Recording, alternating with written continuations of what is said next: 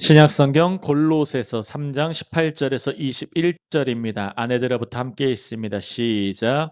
아내들아 남편에게 복종하라. 이는 주 안에서 마땅하니라.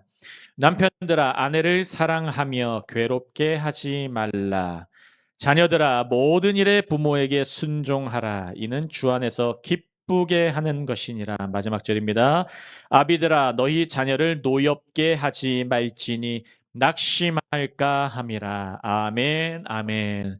우리 옆에 분들과 밝게 웃으며 서로 인사합니다. 주 안에서 당신을 사랑합니다. 시작. 주 안에서 당신을 사랑합니다. 아멘, 아멘. 오늘의 제목은 일상에서, 그리고 가정에서, 그리고 주 안에서입니다. 오늘 하나님 말씀 제가 증거할 때에 하나님의 크신 은혜가 함께 하시기를 예수 그리스도 이름으로 축복합니다. 골로새서는 사도 바울이 직접 세운 골로새 교회는 직접 세운 교회는 아니었어요. 하지만 사도 바울이 골로새 교회에 침투한 이단의 세력, 때로는 예수로 충분하지 않다는 그런 사람들이 있었어요. 때로는 신비한 지식이 필요하다는 사람들도 있었어요. 때로는 더 좋은 지식이 필요하다는 것도 강조한 사람들이 있었고, 율법 강조하고 절기 강조한 사람들이 찾아오기도 했습니다. 하지만 사도 바울의 핵심은 예수로 충분하다, 예수로 충만해야 된다. 그리고 성령으로 옷을 입어라라고 말씀하고 있는 것입니다. 성령으로 옷 입으면 긍휼이 임합니다. 아멘. 긍휼은 누군가를 불쌍히 여기는 마음이에요. 죄 가운데 있는 사람은 누군가를 불쌍히 여길 수가 없습니다. 누군가를 불쌍히 여긴다는 것은 그 사람이 나에게 해준 거 없어도 그 사람을 도와주고 싶은 마음이 생기는 거예요.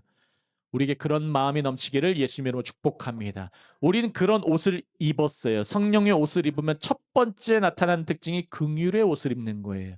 그리고 자비의 옷을 입습니다. 겸손의 옷을 입어요. 온유의 옷을 입어요. 그리고 오래 참음의 옷을 입어요. 이게 지난 시간에 성령의 옷을 입을 때 나타나는 특징들이었습니다.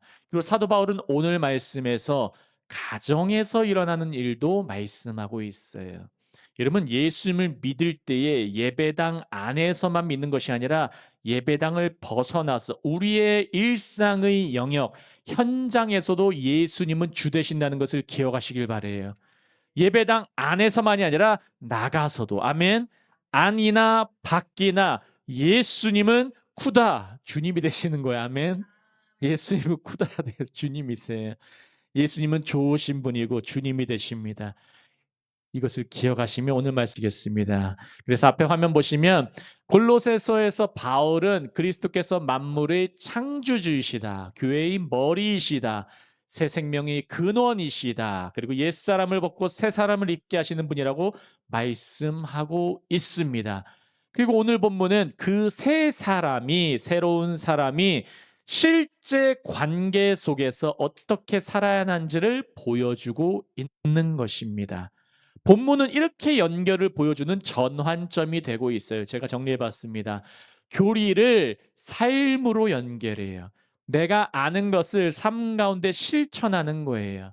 그리고 믿음을 관계 속에서 연결시키는 거예요. 아멘. 내가 주님만 잘 믿는 것이 아니라 내 관계 속에서 믿음을 나타내는 거예요. 아멘. 그리고 예배를 일상의 영역으로 확장시키는 거예요. 나만 잘 드리는 예배가 아니라 주님을 나의 일상 속에서도 드러내는 예배. 아멘. 삶의 예배가 되어야 되는 것입니다. 그리고 마지막으로 그리스도의 주권은 주님이 주인 되신다. You are my Lord. 예슈아 쿠다. 그 하나님의 아들이 주인 되신다는 것은 가정에서도, 나의 일터의 현장에서도, 노동에서도 일어난다는 것을 기억하시길 바라요. 그래서 사도 바울은 당시 사회의 내부를 복음으로 재구성하고 있는 거예요. 사회 현장도 복음으로 보는 거예요. 아멘. 기억하시기를 바라요. 단순히 아버지가 어떻게 해라, 어머니가 어떻게 해라, 그런 정도의 문제가 아니라 복음은 일상에서도 이루어져야 되는 거예요. 현장에서도 이루어지는 거예요. 나의 삶 가운데서도. 이러한 은혜 충만하시길 예수님으로 축복합니다. 18절이 있습니다. 아내들아, 시작. 아내들아 남편에게 복종하라. 이는 주 안에서 마땅하니라. 당시 사회는 남편 중심 사회였어요. 가부장적이었죠. 아버지 중심의 사회였습니다. 그러나 바울은 가부장적 질서를 반복하지 않아요. 사회의 문화를 그대로 인정하는 게 아니라 하나님 중심으로 문화를 재해석하는 거예요. 그래서 주 안에서라는 말은 말씀을 통해서, 말씀이 비춰줌을 통해서 모든 관계의 중심을 그리스도께 두고 있다는 것을 기억하시기를 바랍니다. 우리의 관계의 중심은 주 안에서예요. 아멘. 주 안에서 복종하는 거예요. 그냥 복종하는 것이 아니라 주 안에서, 말씀 안에서. 그래서 가정의 리더인 남편이 때로는 말씀과 벗어나는 것을 강조한다. 예를 들어 뭐 예배 다니지 말라, 교회 다니지 말라, 이런 거는 순종할 수가 없는 것이죠. 여러분, 아내의 순종은 남편을 향한 그래서 숭배가 아니에요. 그리스도를 향한 믿음의 질서 안에서 이루어진다는 것을 기억하시기를 바랍니다. 또 주 안에서라는 표현, 이것이 현재의 관계가 궁극적인 현실이 아니라는 것도 표현하고 있어요. 앞으로 미래에 이루어질 하나님 나라의 질서를 미리 이 가정 안에서도 살아가는 거예요. 아멘. 현장 안에서 살아가는 하나님 나라, 이런 나라 경험하시기를 예수님의 이름으로 축복합니다. 그래서 성도는 완전하지 않은 가정 속에서도 하나님 나라의 사역을 현장에서 지금 실천하는 거예요.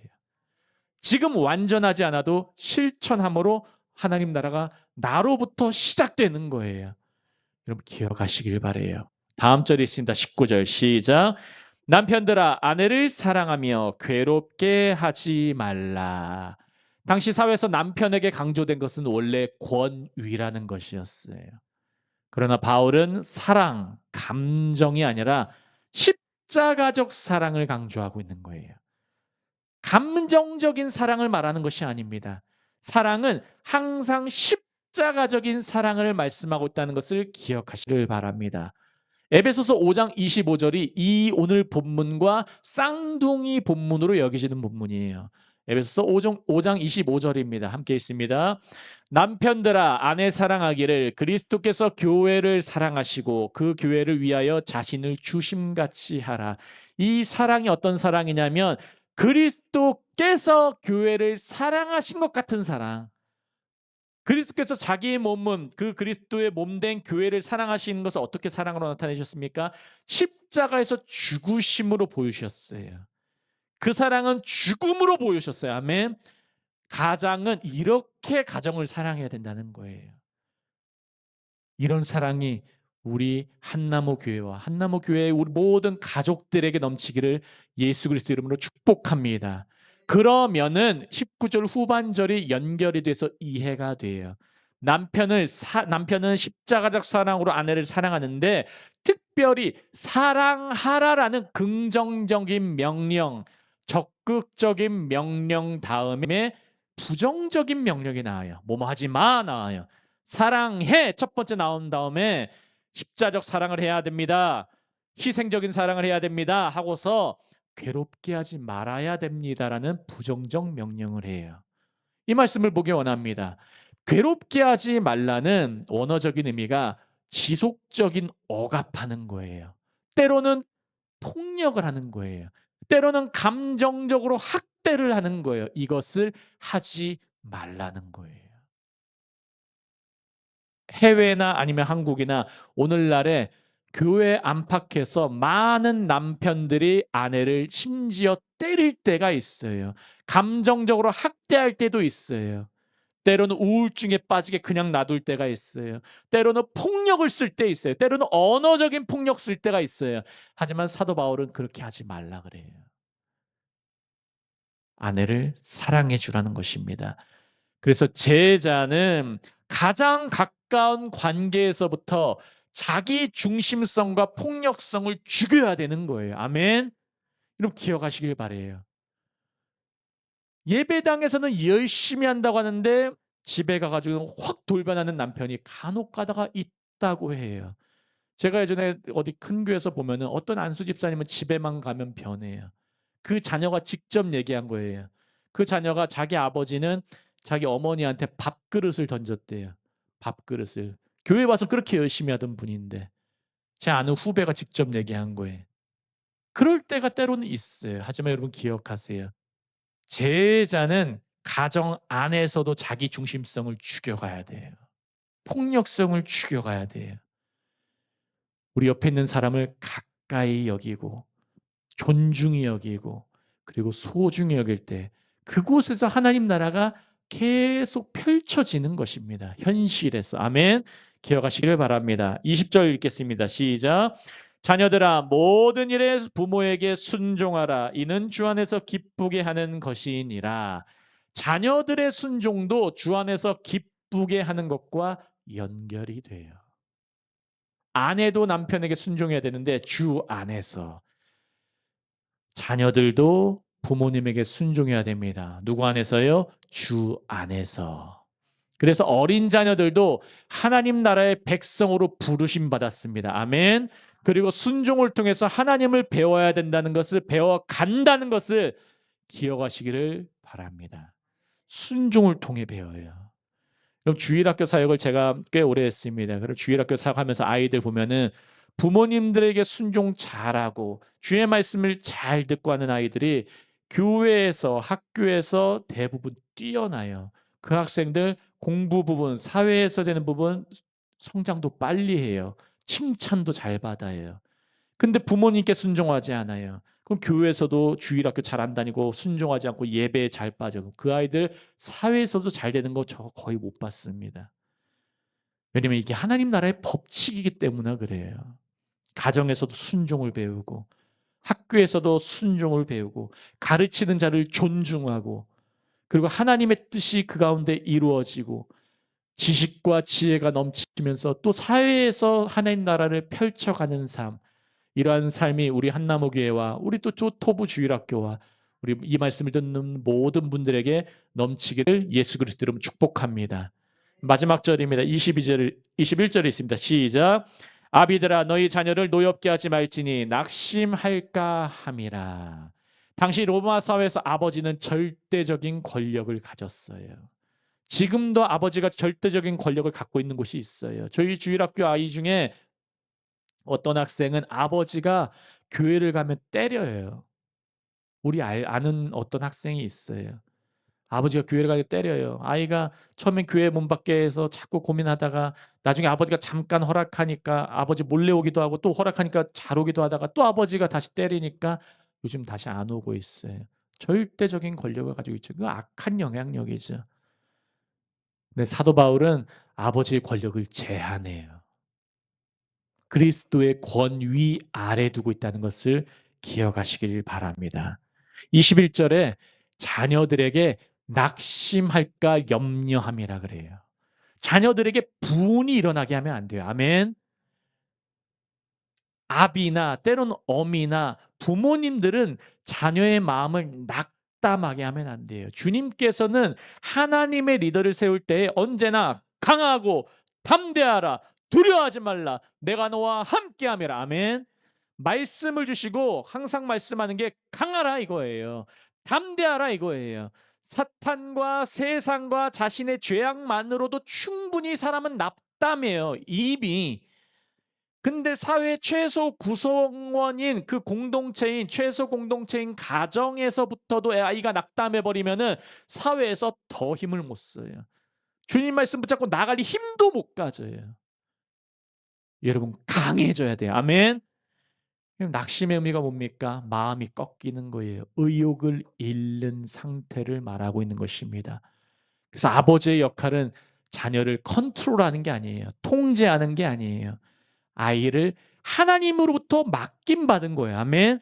내 소유가 아니라 주님께서 주신 아이기 때문에 잘 양육해 가지고 주님께 바치는 거예요.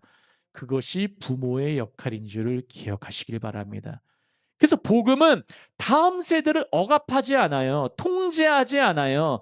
신천지와 같은 이단들처럼 제가 며칠 전에 어떤 신천지 출신의 거기서 빠져나와서 지금 전도사 사역하는 어떤 사람이 있습니다. 그분이 직접 얘기하는 거 보니까 신천지에서 빠져나와 가지고 부모가 막 설득하고 말씀 들려주고 하는데 신천지에서 바로 자기가 그때 생각한 게 핸드폰을 생각했대요. 왜 생각했냐고 물어보니까 바로 연락해 가지고 "나 지금 잡혔습니다." 해 가지고 어떻게 매뉴얼을 받느냐 이거예요. 이단은 억압해요. 이단은 컨트롤하려 그래요. 사람을 자기가 조종하려고 해요. 가스라이팅하고. 그게 이단이죠. 여러분 복음은 4 세대를 억압하지 않아요. 사람을 억압하지 않아요. 말씀을 주면서 자유케 하고 생명 있게 하고 담대하게 만드는 거예요. 아멘. 살리는 공동체가 되는 것입니다. 말씀 마무리하겠습니다. 여러분 오늘은 가정 안에서의 모습, 주 안에서 어떻게 살아야 되고 어떻게 자녀들을 양육해야 되고 어떻게 가정을 이끌어야 될 것인지에 대해서 말씀을 통해 간략하게 살펴봤어요. 그리고 우리 한나무교회가 이런 공동체가 되기를 원합니다. 우리 가족들이 이러한 가족들이 늘어나길 원합니다. 일상에서도 주 안에서, 가정에서도 주 안에서, 교회에서도 주 안에서 이 주 안에서의 말씀의 능력이 우리 한나무교회 모두에게 넘치기를 예수 그리스도 이름으로 축복합니다. 제가 기도하고 말씀 붙들고 다 같이 기도하겠습니다. 할렐루야. 하나님 아버지 감사합니다. 일상에서 가정에서 주 안에서 우리는 주님의 자녀고 백성이고 왕의 신부들입니다. 오늘도 말씀을 주시니 감사합니다. 아버지와 어머니와 자녀들 우리 한나무 가족 모두들이 이 말씀을 듣고 깨닫고 마음에 새겨지고 가정의 중심에 새겨지고 우리 한나무 교회 중심에 새겨질 수 있도록 도와주시옵소서. 성령 하나님 기름 부어 주시옵고 성령 하나님 능력과 성령의 거룩함으로 덮어 주시옵소서. 새 옷을 입게 하셨사오니 긍휼과 자비와 겸손과 온유와 오래 참음으로 우리를 붙들어 주시옵고 하나님의 나라가 우리의 가정에서도 이루어질 수 있도록 우리 안팎에서 하나님 나라가 확장될 수 있도록 역사하여 주시옵소서. 감사하며 모든 말씀 살아계시고 역사하시는 예수 그리스도 이름으로 함께 기도합니다. 아멘. 아멘.